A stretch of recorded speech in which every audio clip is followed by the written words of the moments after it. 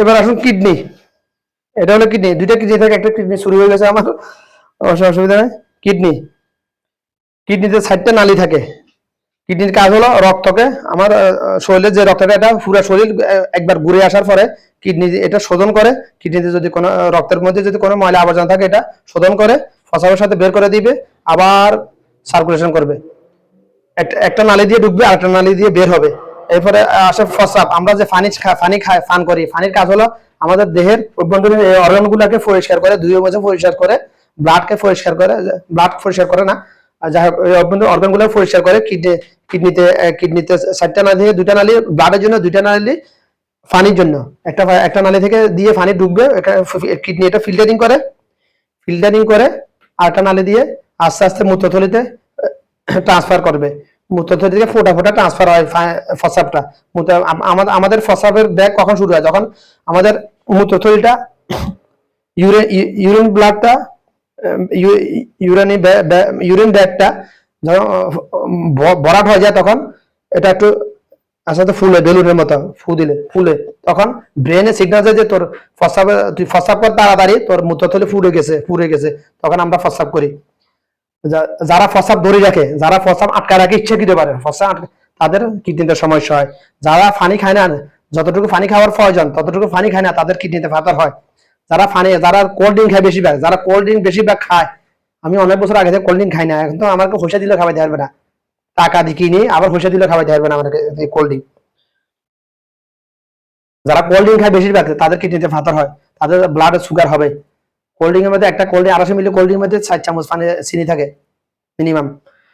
তো কিডনিতে সমস্যাটা, কিডনিতে একেবারে ফিউ দেখেন। আমি বলছি এটা সোমালিয়া ছাগল, একেবারে অর্গানিক খাবার খাইছে, খাবার বেশি খায় না, এই জন্য এটা সবগুলো অর্গান 100% এখনো সঠিক আছে। কিডনির ডিজাইন হলো আমাদের কানের ডিজাইনের মতো, সেম কানের ডিজাইনের মতো কিডনির ডিজাইন। এবং আমাদের কানের ডিজাইন হলো মায়ের গর্ভে যখন সন্তান গর্ভে আসে 4 মাস 10 দিন পরে যে ডিজাইন থাকে, ওই ডিজাইন হলো কানের ডিজাইন, এই কিডনির ডিজাইন। এই কিডনিতে এগুলো হচ্ছে ফিল্টার, আমরা খালি চোখে দেখবেন, এগুলো হচ্ছে সব ফিল্টার, এগুলো সব ফিল্টার। এখানে 4টা নালী আছে, 4টা নালীগুলা খুব ছোট ছোট, এগুলা মোবাইলে দেখানো সম্ভব না। এগুলা হচ্ছে সব ফিল্টার। এগুলা দ্বারা ব্লাড এবং ওয়াটার ফিল্টারিং করে, ব্লাডের সাথে যে ময়লা এগুলো পানির সাথে বের করে দেয়, ফসাফের সাথে বের করে ফেলে। আপনারা জানেন ফসাফ কড়া হয়, ফসাফ গরম হয়। যারা বেশি ঠান্ডা খায়, পানি খায়, তাদের সমস্যা, অনেকগুলো সমস্যা হয়। আমাদের দেহের প্রত্যেকটা অর্গান থাকে গরম থাকে সবসময়, মিনিমাম 60 ডিগ্রি সেলসিয়াস থাকে, 50 থেকে 60 ডিগ্রি সেলসিয়াস গরম থাকে আমাদের অভ্যন্তরীণ সবগুলো অর্গান। তো আমরা যদি অতিরিক্ত ঠান্ডা পানি খাই, অর্গান আমার ব্রেন কি করবে? ব্রেনের উপর চাপ পড়বে, লিভারের উপর চাপ পড়বে, এটাকে আগে গরম করতে হবে। এটাকে আগে গরম করতে হবে, তারপর গরম করার জন্য ব্রেনের উপর চাপ পড়বে, লিভারের উপর চাপ পড়বে, ফুসফুসের উপর চাপ পড়বে। এই জন্য বেশি অতিরিক্ত ঠান্ডা খাবেন না। ঠান্ডা খাইতেও মজা, খাইতেও মজা, ঠান্ডা খাইতেও মজা, খাইতেও মজা। বেশি ঠান্ডা খাবেন না, নিয়মের খাবেন, গরমের দিনে অসুবিধা নাই। চেষ্টা করবেন নর্মাল পানি খাইতে, কুমকুম গরম পানি খাইতে পারলে। আর যারা নিয়মিত কুমকুম গরম পানি খায়, তাদের কিডনিতে কখনো ফাটর হবে না, কিডনিতে কখনো ফাটর হবে না।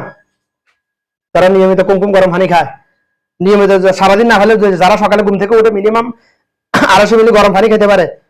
গরম পানি বলতে কিরকম? মিনিমাম 30 ডিগ্রি সেলসিয়াস, 25 থেকে 30 ডিগ্রি সেলসিয়াস গরম পানি খাইতে পারে, তাদের কিডনিতে কখনো ফাটর হবে না, হবে না, হবে না।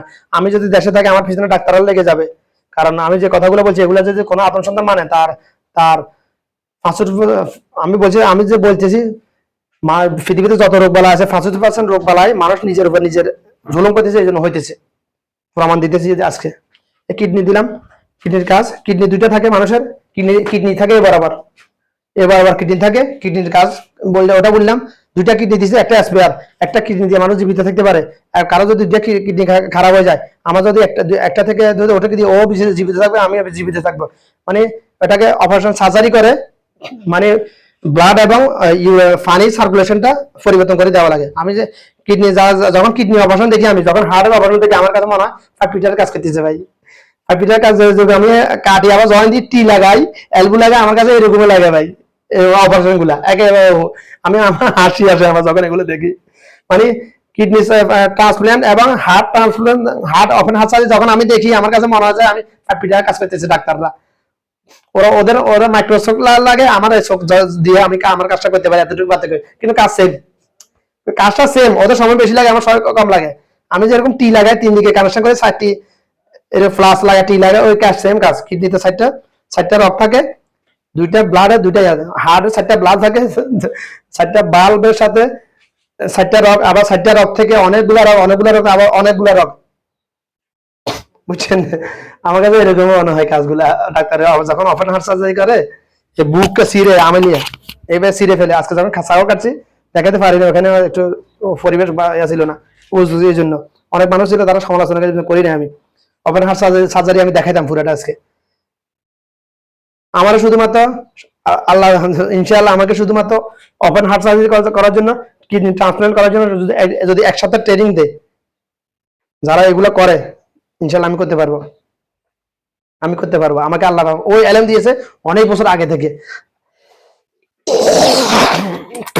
আমি এমনি বলি না, আজকে ভাই 13 বছর আগে আমার বাপকে আমার আগে আল্লাহ পাক এমন ভাবে বানাইছিল, আমি যেটা চাইতেন ওটা বানাতে পারতেন, ডাক্তার ইঞ্জিনিয়ার যেটা মন চায় ওটা বানাতে পারতেন, এরকম ভাবে বানাইছিল আল্লাহ পাক। আমি এমনি কথাটা 12 বছর আগে আমার বাপকে বলছিলাম, 12-13 বছর আগে, এমনি বলি না ভাই। প্রমাণটা একটু নমুনা দেখাইছি আজকে মাত্র শুধুমাত্র।